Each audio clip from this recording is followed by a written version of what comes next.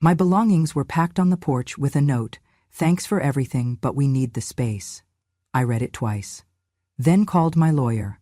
"Ma, just take your junk and go. We need the space for the nursery. You're not contributing anyway." That was what she said. No hesitation, no shame. Just those words, thrown at me like a sack of old clothes. I had just come out of the laundry room, folding towels still warm from the dryer. I could still hear the soft hum of the machine, the scent of fresh linen clinging to my palms. That scent mixed with the burn of her words, and for a moment, I forgot how to breathe. "My name is Dorothy. I am 69 years old. I have one son, one daughter-in-law, one grandson who calls me Grandma only when someone reminds him, and a husband who left me 3 years ago, left this world, not by choice, but by cancer. Before he passed, he held my hand and said, 'Dot, whatever happens, don't ever let them treat you like you don't matter.' I said I wouldn't. I meant it then. But some things in life, some truths, you only see clearly when it's far too late. I used to own a small grocery store down in Austin, a humble little place where I sold more handshakes than canned goods, where folks came not just to buy, but to sit a while and talk. That store kept my family afloat when my son was in college. It was how we survived my husband's illness, and it was mine. 4 years ago, I sold it. My son had come to me, tired, anxious, shoulders heavy with bills and a failing job. His wife had lost hers too. They were drowning in debt. Their house was in bad shape, barely livable for a child, let alone a growing family. So I did what any mother would do. I sold the store. I gave him nearly everything, every check, every bond, every dollar I had saved for my retirement, my golden years. He said thank you, she didn't. I moved into their guest room, not that I asked to. They said it was temporary, just until things got better, just until they got back on their feet, just until became 4 years. In those years I cooked every meal, cleaned every floor, picked up their boy from school, nursed his fever when they had Zoom meetings, washed every bib, paid for more than a few grocery runs, not that they noticed. And still, I was never a part of the home. I remember one afternoon, I was making my late husband's beef stew recipe. My fingers still knew how to chop the carrots just right, how to stir the pot without letting it burn. I was humming when she walked in, nose scrunched like I had spilled sewage on the stove. "It smells like arthritis cream in here," she muttered, not even looking at me. She didn't like old people food, said it lingered in the curtains, started lighting scented candles around the kitchen like I was a contagion. Lavender, eucalyptus, things that burned my eyes but not hers. I said nothing. Then there was the time her friends came over. I had just brought in fresh lemonade from the porch, when she turned and, with a bright laugh, said, "That's just my husband's mother. She's staying with us for now." As if I were some stray she pitied. As if this weren't the same house I helped pay for, the same boy I raised from scraped knees to neckties. But I said nothing. It chipped away at me slowly, like water over stone. Little remarks, quick glances, the door that accidentally got locked when I was out on a walk, the gifts that never included my name, the Christmas photo I wasn't in because it was just a couple's shot. "Ma, don't take it personally." I told myself it was just stress, that pregnancy hormones made her short-tempered, that my son didn't mean to forget me when he booked their family vacation last spring, family meaning only them and the boy, of course. Then one evening, I passed by her office. She was on the phone, laughing. "Once we kick her out, we'll finally make this house ours," she said, with a giggle so cruel it made me dizzy. I stood outside the door for a long time, wondering if maybe I had misheard, if she was talking about someone else. But deep down, I knew. She was talking about me, and still I said nothing. Because I thought if I just stayed quiet, if I just kept helping, if I just didn't make waves, they'd remember who I was. They'd see the woman who had sacrificed everything, who gave them her store, her home, her time, her hands, her heart. But no, they saw none of that. They saw an extra body in the house, a mouth to feed, a presence that reminded them of age and obligation. And so, when she finally said it, when she looked me in the eye and told me to take my junk and go, something inside me stopped being quiet. Not angry, not loud, just still. Because silence isn't always surrender. Sometimes silence is planning. And I had been planning longer than they realized. It was a Thursday morning, the kind that starts with sun through the blinds and a list of things to do before lunch. I had walked to the market like I always did, pushing my little cart with the wobbly wheel, the one my grandson once called Grandma's tractor. The strawberries were in season. I had planned to make cobbler. But when I turned onto our street, something shifted in my chest. The house looked different. Still the same roof, still the same white shutters, but the porch was full, not with people, not with packages, with boxes, stacked neatly like donations outside a thrift store.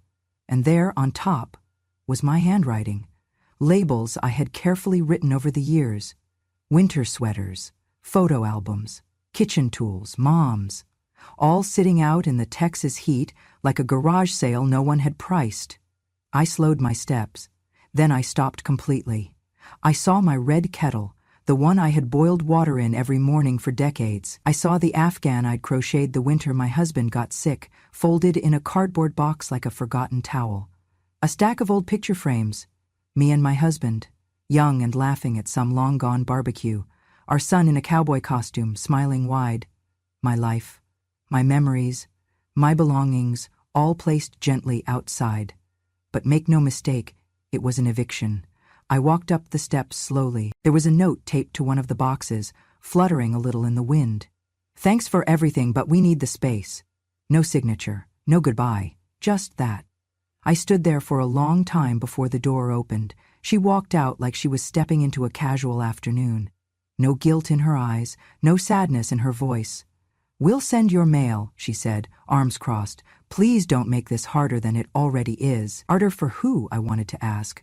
For you? Behind her, my son stood, silent, taller than me now, broader in the shoulders, but somehow smaller than he used to be. His eyes didn't meet mine.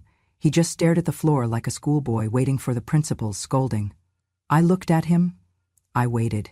He didn't say a word. I wanted to scream. I wanted to say, "Tell her this isn't right. Tell her this isn't how you treat your mother." But I didn't, because the silence said enough. I nodded, just once, turned back to the boxes. I picked up the one with the sweaters, those I had knit when my fingers were stronger and my winters were colder. I held it close to my chest. No one helped me carry anything. I loaded what I could into a neighbor's borrowed car. The rest I left behind. Some memories are too heavy to lift when your heart has already broken. I stayed that night in a modest room above a florist's shop, run by a widow named Ruth, who didn't ask questions. She just handed me a cup of warm tea and said, "You can stay as long as you need."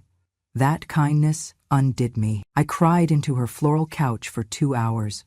That night I couldn't sleep, because on top of everything, there was something else, something that had gnawed at me for weeks, but I hadn't had the energy to confront.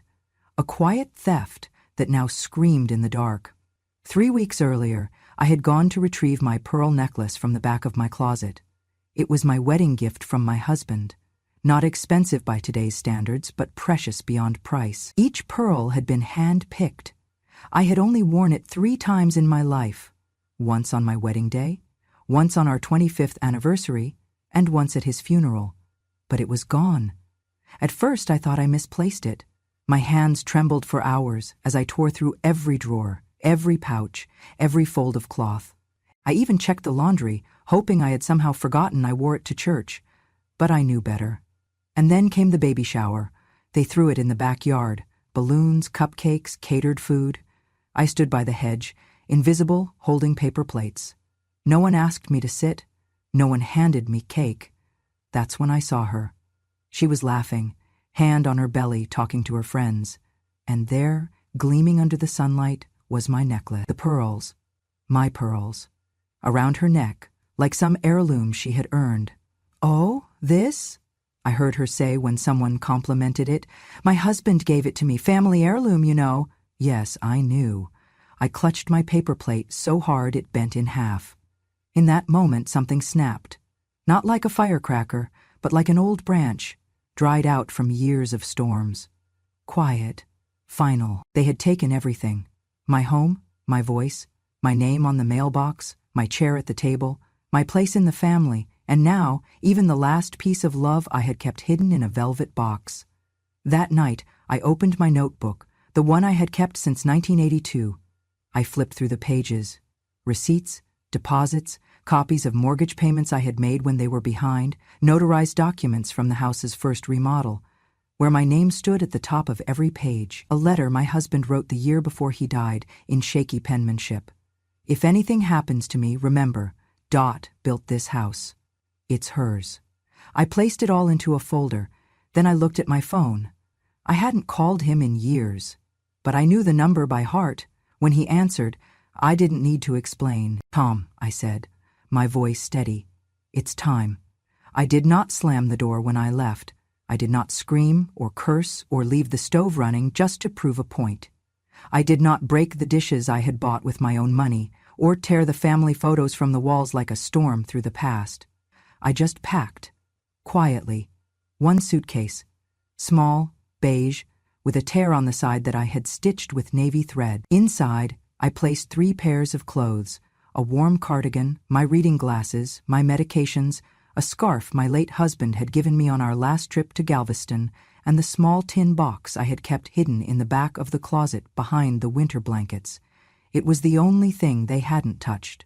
That box held what they never understood, what they never thought to ask about, what I had protected, not just from moths and time, but from entitlement. Inside were 2 things. First, a stack of photos, bound with twine, yellowed at the edges, some curling from the humidity, but still intact. Our wedding day, 1969, my husband in his only suit, me in a borrowed dress, smiling like fools who thought love could outlast gravity. Then the birth of our son, him learning to walk. Christmases, where the tree was small but the joy was enormous. And somewhere in the middle, photos of the grocery store we built from nothing. I kept them all. The second thing was the red notebook, leather-bound, soft at the corners, from years of turning pages. I had started it when we bought our first house. I wrote in it every month, every transaction, every payment I made, especially after my husband got sick and I took over all the finances. Every check I wrote to fix the roof, every time I paid the property tax when my son forgot, every quote from contractors I hired when the plumbing went out, every loan I co-signed and paid off quietly so my son wouldn't have a foreclosure on his credit. Every single detail. And at the very back, folded neatly, was the letter. My husband's handwriting was shaky, but unmistakably his. If anything ever happens, this house is hers. She built it. I just signed the papers. He had written it the year before he passed. Not notarized, not official, but real, honest. The words of a man who knew who held up the roof. I placed that letter on top of the notebook. Then I zipped the suitcase shut. They did not ask me where I was going. They did not follow me outside. My son texted me 1 hour later, just 5 words, "Let us know you're safe." I did not reply. I walked 5 blocks to Ruth's place, the widow who ran the florist shop near the church. I had once helped her prune roses after a storm, and we had spoken in quiet nods ever since. She had a small room upstairs. She gave me the key and a blanket and a cup of mint tea. That first night I sat on her balcony and watched the stars blink through city lights, and I felt nothing. Not anger, not sadness, just a dull kind of emptiness, like someone had scooped out everything I had left and replaced it with air. I was weightless and tired, but I was free. The next morning, I placed the notebook, the letter, and a copy of the house deed into a manila folder. I added the photo of my daughter-in-law wearing my stolen necklace. A screenshot of her Instagram where she had captioned it, "Family Treasures, passed down with love, love." What a word. I stared at the folder for a while. It didn't feel like revenge. It felt like documentation. Like I was just finally putting my name back on what had always been mine. I picked up the phone. Tom was my husband's attorney, an old soul with sharp eyes and a long memory. He had helped us with our wills, our insurance, the lease on the grocery store, even my husband's hospice paperwork. We hadn't spoken since the funeral. I expected to get voicemail. But when he answered on the second ring, I heard that same familiar voice. "Dorothy," he said, cautious. "Yes," I replied. My voice was steady, almost too steady. There was a long pause. He knew. "It's time," I said. He didn't ask why. He didn't need to. "Bring me everything," he said. "We'll start today." I took the bus downtown, wore my church shoes, brought the folder on my lap like a sleeping child. At his office, he opened the folder slowly, read everything, took notes. He looked at the photo of my daughter-in-law, at the date-stamped receipts, the years of scribbled figures, the letter from my husband. When he looked up, his expression had changed. "They were smart," he said, "but not smarter than you." I just nodded. He smiled. "You know, you could take them for a lot more than the house." "I do not want more," I said. He tilted his head. "I just want what is mine," I continued. "And I want them to feel what it's like to be forgotten." Tom leaned back, folded his hands over his chest. "That," he said, "we can do. It would take time." He explained the process. I listened carefully, not out of anxiety but resolve. There were steps to follow, papers to file. But the foundation was already there, laid by my quiet hands across decades. They just never thought I kept the receipt. As I left his office, I passed a mirror in the hallway. For the first time in months, I looked at myself. Really looked. I was still me. Wrinkled, yes. Tired, of course, but standing. And standing alone is still standing. I walked back to Ruth's shop, my head high, my pace steady. They had taken my space, my comfort, my name from the mailbox, but they had forgotten something. I was the one who built the house, and no one, no matter how quietly I left, should ever forget the woman who laid the first brick. They thought I was just some old woman with soft hands and tired knees, someone who stirred soup and folded laundry and watched the same soap operas every afternoon. They never knew who I was before I became invisible. I was the first in my family to graduate college. Back in the 1970s, that meant something. I was the only girl in my class who didn't drop out to marry early, the only one who turned down a ring so I could keep a scholarship. I studied accounting. Numbers made sense when people didn't. That was where I met my husband. He was working nights at a gas station to pay for trade school. He was kind, even then. Not flashy, not loud, but steady, reliable. The kind of man who held doors open and remembered your father's name after one introduction. We had nothing. Not even a mattress of our own when we first moved in together. Just 2 plates, 2 forks, and a second-hand coffee pot that dripped more than it brewed. But we had plans. We opened the grocery store 2 years after we married. It was a tiny space in East Austin, half-empty shelves, creaky floors, and the kind of cash register that still rang like a bell.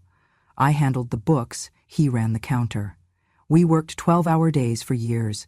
No vacations, no sick days, just work, sweat, faith. We made it through inflation, looting, floods, and power outages. We raised our son behind that counter. He used to sit on the milk crates with a juice box, pretending to tally up prices with a crayon. He used to tell his friends, "My parents own a store. They're important." I guess that changed. When we finally had enough money for a house, it was me who handled the mortgage. I negotiated every term, paid every fee, stood in line at the courthouse to file the paperwork. The deed was in my name for the first 5 years. But one night, after my husband came back from a barbecue with some old friends, he sat on the edge of our bed, quiet. "They kept asking who owned the house," he said. "And?" I asked. He hesitated. It makes me feel small, like I can't even say it's mine. So I transferred the deed.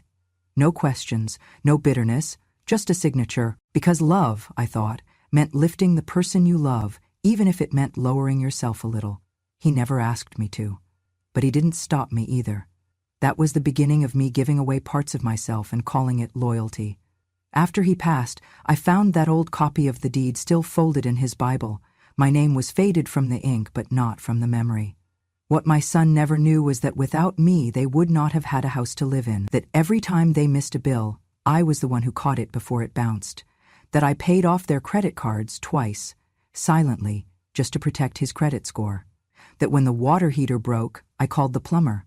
When the fridge stopped cooling, I ordered the new one, all under the same roof where they told me to stay quiet. I remember one night, during the second trimester of my daughter-in-law's pregnancy, she was complaining about the water pressure in the guest bathroom. I offered a suggestion, just a gentle comment, about replacing the old pipe system that I had helped install years ago. My son looked up from his phone, annoyed. "If you wanted to say," he said, "you should have paid for more." I felt like the air had been sucked out of the room. I had paid with every dollar in my savings, with every sleepless night worrying about their bills, with every casserole, every late-night fever check, every time I held my tongue when she mocked my food, my hair, my silence. But to him that meant nothing. To him, love was only counted when it came with an invoice. I remember sitting on the porch that night after they went to bed. The sky was clear, but the stars looked different, distant, like even they were turning away.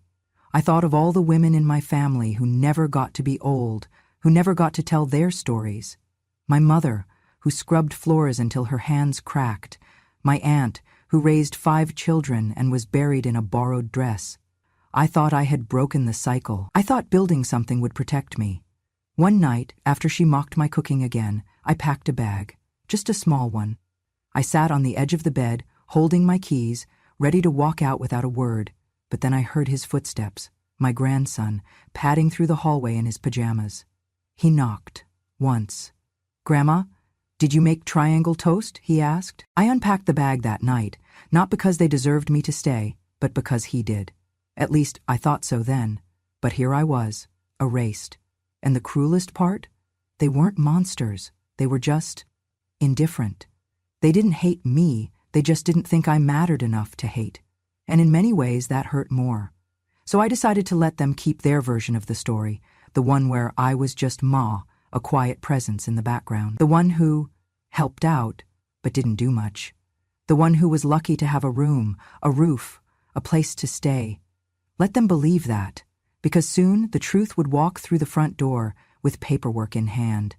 And when it did, they would finally see me, not as a burden, but as the builder, as the name they erased from the deed, as the woman who had been silent for far too long. The day they celebrated the coming of new life was the same day I reminded them of who had given them the one they already had. It was a sunny Saturday, the kind where the Texas heat wraps around your shoulders like a warning.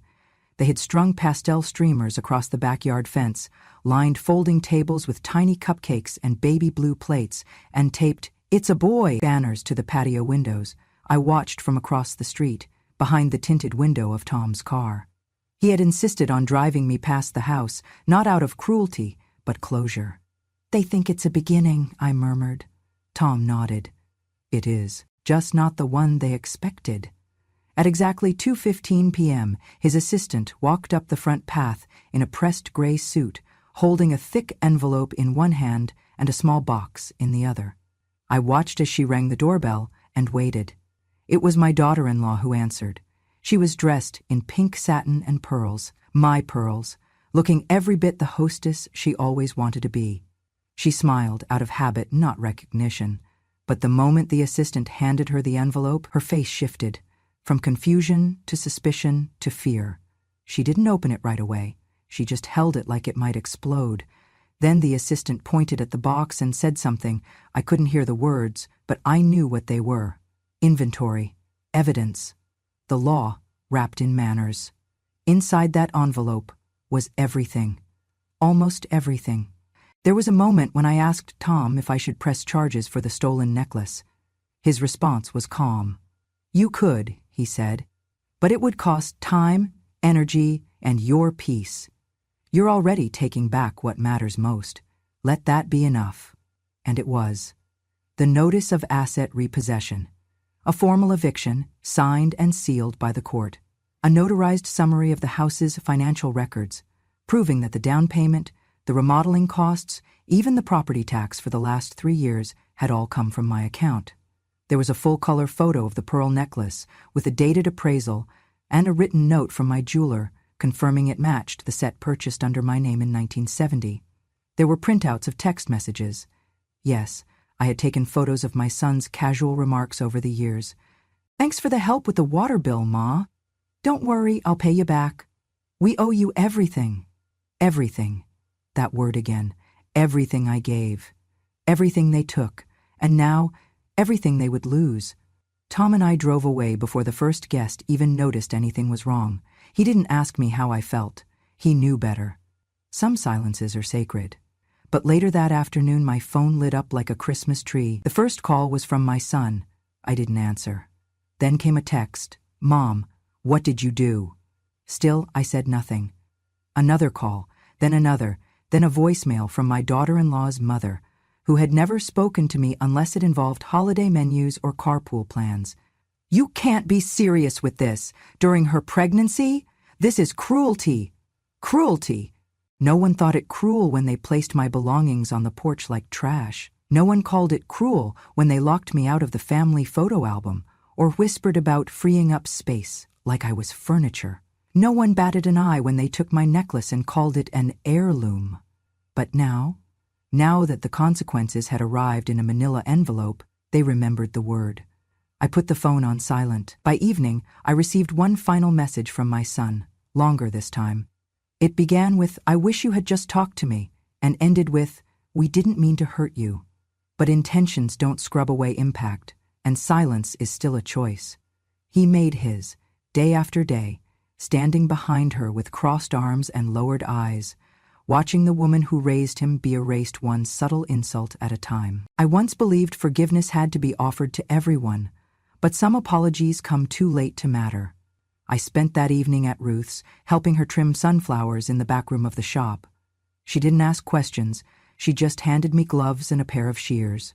It was the first time in months that my hands felt useful for something that didn't end in someone else's thankless belly. Later that night, while sipping chamomile tea in her kitchen, I turned my phone back on and opened the photo Tom had sent me. The pearls were spread across a velvet cloth, a small tag beside them marked, "Recovered, authenticated, returning to rightful owner." I touched the screen gently, not out of vanity, not out of vengeance, but because those pearls represented something they never understood: value, history, ownership. They weren't just stones. They were proof that I had existed, loved, sacrificed, and still had the right to take up space. The next morning, Tom called. "They'll have 30 days, he said. Then it's yours again." "Let them stay the full term," I said calmly. "Let them sit in it a while." "You sure?" "Yes. I want them to look around that house every day and realize it was never theirs to begin with. I want them to wake up and know they celebrated the baby's arrival in a house built on lies." There was a pause. "Dorothy," he said quietly, "you're something else." I smiled, the first real smile in weeks. "I used to be," I said. "Now I'm just remembering." That day I packed a small bag, not with clothes, but with copies. Copies of every document, just in case. I placed them in a fireproof lockbox under my bed.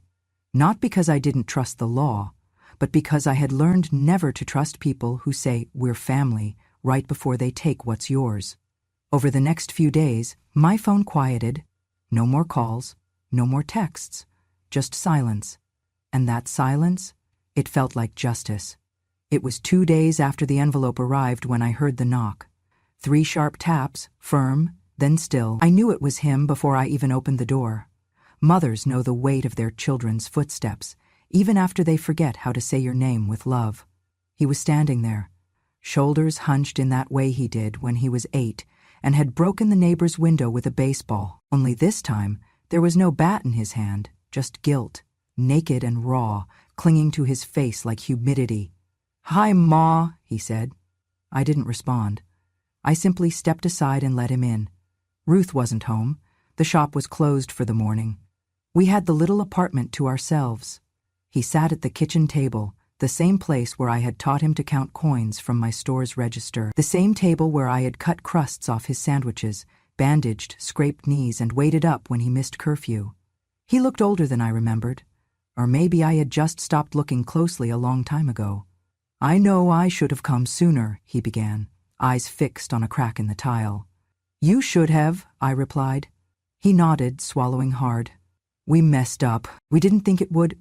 I didn't think you'd—" He stopped. "What?" I asked quietly. "Didn't think I'd fight back?" He looked up then, truly looked at me for the first time since they'd set my life out on the porch like forgotten donations. "No," he said. I didn't think you'd leave, not like that." "And yet," I said, "here we are." He rubbed his palms together, a nervous tic from childhood. "Look, I know what we did was wrong. Kicking you out, The way we did it, it wasn't fair. And the necklace, I didn't know she took it, I swear. But I should have asked. I should have paid attention. Silence settled between us like fog, thick, cold. I let things happen, he continued. I thought staying quiet was keeping the peace. I raised my eyebrows. No, son, I said. You didn't keep peace. You kept her comfortable. You let her disrespect me under my own roof. You let her erase me, piece by piece, while you stood there and watched. He opened his mouth, then closed it again. There was nothing left to say. I cooked for your family. I paid your bills. I gave up my retirement, my business, my name on the house, because I believed you were worth it. And when she told me to take my junk and leave, you stood behind her like a child hiding behind his mother's apron. He flinched. I didn't know what to say, he whispered. You didn't have to say anything, I said. You just had to stop her. A long breath passed between us. He dropped his head into his hands. I'm sorry, Ma. I looked at him. Not the boy I raised, not the man he pretended to be, but someone in between. Lost, small. You called me family, I said. But family doesn't make you invisible. Family doesn't throw you away when you've given everything. He wiped his eyes with the sleeve of his shirt. We want to fix this, he said. I want you to come back. We'll figure it out. We'll make room. No, I said, firm, calm. I don't want a room, I continued. I want respect. I want memory. And I want my name to mean something in that house again, not because I paid for it, but because I mattered. He nodded slowly. You do. Now, I corrected. I matter now because you're afraid of losing everything, not because you remember what I gave. He closed his eyes. Then, gently, he reached across the table, not to hold my hand, but to place a folded piece of paper down. It was a drawing, crayon and glitter, bent at the corners. My grandson's handwriting scrawled across the top, "To Grandma, I miss you." I stared at it, not for sentiment, but for proof that at least one person in that house had noticed my absence. I'm not doing this to hurt you, I said finally. I'm doing this because I deserve to be seen, not just remembered when it's convenient, not just needed when it's helpful. Seen. He nodded again, the tears now fully falling. I'm sorry, he said, voice breaking. I know. We sat in silence for a while. He didn't ask for forgiveness. I didn't offer it. Some wounds aren't stitched with apologies. Eventually he stood. I'll call Tom, he said. Tell him we're leaving the house by the deadline. Good, I said. He paused at the door. Ma, he said softly, if it matters. I do love you, I nodded. It matters, but it's not enough. He left, and I exhaled for the first time in weeks. There were no hugs, no dramatic goodbyes, no swelling music or last-minute revelations. Just truth. Cold, clean, final. I did not weep after he left. I did not feel victorious. I did not even feel satisfied. But I felt something better. Balanced. Like the scales had finally tipped back to where they belonged. It took 31 days for the house to be legally mine again, 32 to list it, 35 to accept an offer twice the price we paid. That porch, where they left my things like trash, became the front cover of the real estate brochure. Charming remodeled home in the heart of Texas, the agent called it. They never mentioned the hands that paid for every nail, every tile, every drop of sweat in the drywall. But I knew, and that was enough. The buyers were a young couple, newlyweds. She called me ma'am and asked if the gardenia bushes would stay. He noticed the little notches on the hallway trim and asked, were these from your grandkids growing up? I just smiled. Something like that, I said. The day they moved in, I stood across the street with a manila envelope in hand. Not legal papers, not proof of ownership. Just a letter, folded twice, and a little gift bag for the wife. Inside, a dish towel embroidered with "Welcome Home," hand-stitched by me 30 years ago. I had intended it for my daughter-in-law. Funny how things change. I didn't linger. I didn't want to haunt the place like a bitter ghost. I had given enough of myself to that house. It was time to begin again. With the proceeds from the sale, I did something no one expected. I invested in the same small grocery chain that had grown from the tiny store my husband and I built decades ago. It had become a franchise now, still family-run, though not by mine. I called the new owner, a young woman named Camille, who had bought the name rights and preserved the recipes. I told her who I was. She gasped, then whispered, "You're that Dorothy?" I laughed. "The one who used to price apples by hand, yes." We met for coffee the next day. She asked me 1,000 questions. I answered them all, and by the end of the week I had a seat on her advisory board and shares to my name. Not bad for a woman who was kicked out for needing space, I told Tom over the phone. "You're not just getting space," he said, "you're taking back legacy." Exactly. I found a penthouse in the city, not huge, but bright, a balcony with room for morning tea, and the cactus I had kept alive for years, the one my husband gave me on our anniversary. "Like us," he said, "tough, quiet, and hard to kill. It had bloomed once. The year after he died, I placed it near the window, and for the first time in a long time, I didn't feel lonely, just whole." I spent the mornings listening to the city wake up, people rushing below with coffee cups and tangled earbuds. I watched them with quiet amusement, sipping tea from a cup older than some of their shoes. In the afternoons, I walked to the bookstore down the block. The clerk, a boy with chipped nail polish and nervous energy, learned my name by the third visit. "Miss Dorothy, the memoir section's over there again," he'd say, like it was a secret. I liked him. He reminded me that the world was still young, even if I wasn't. But there was one thing left undone, one small thread that tugged at my heart in the quiet hours just before sleep. My grandson. He had not called, not written. I didn't expect him to. Children learn silence from the grown-ups around them, and if his parents had taught him anything, it was that absence can sound like love when said politely enough. There was one moment I never told anyone about. A Tuesday afternoon, maybe a month before I left. He ran in from school, backpack half open, shoes untied. He looked up, beaming, and yelled, "Grandma!" before correcting himself. "Sorry, I meant Mom." His mother didn't flinch, just kept scrolling. But I felt it like a slap. Even his slip of the tongue had been trained out of him. That was the day I stopped baking his favorite cookies. But I remembered him. I remembered how he used to tug at my apron, asking for triangle toast, how he'd sit in my lap, tracing the veins on my hands, whispering, "You're like a mess." So I made him something. Not a grand gesture, not a lecture, a photo book. I spent hours printing old pictures, scanning them, choosing the ones where we smiled the most, even if the years after had stolen those smiles. I added captions, in my handwriting, beneath each one: "Your father's first bike ride," "The store before the storm," "You, age 3, with jelly on your chin."